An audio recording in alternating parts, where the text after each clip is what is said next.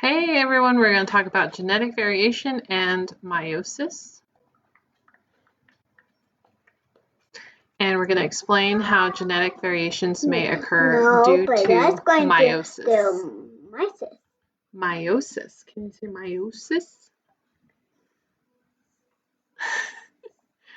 Okay, so genetic variation. Okay, genetic variation happens when we have sections of DNA called genes, which determine the traits expressed in organisms. And this message or this DNA comes from the parent cells. But how is it that organisms from the same parents do not always look alike? Or why do organisms of a specific species look different? So genetic variation among individuals of the same species can be explained by both genetic and environmental factors. So we're going to explore the meiosis side of genetic variation in this video. Okay, so genetic variation can happen through several mechanisms.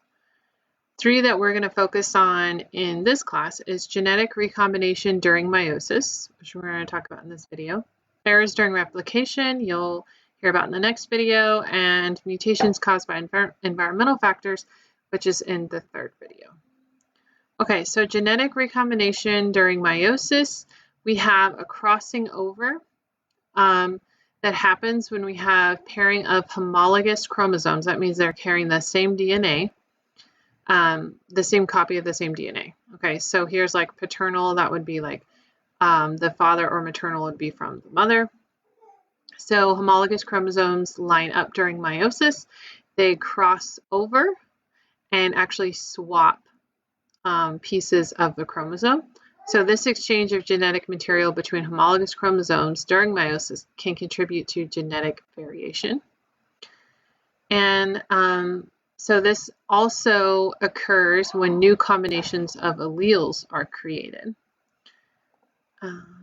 And they become intertwined, right? Exchange sections of DNA.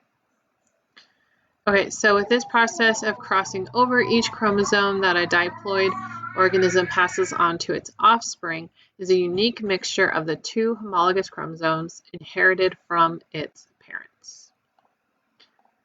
All right, independent assortment is the random selection of chromosomes during meiosis to form gametes.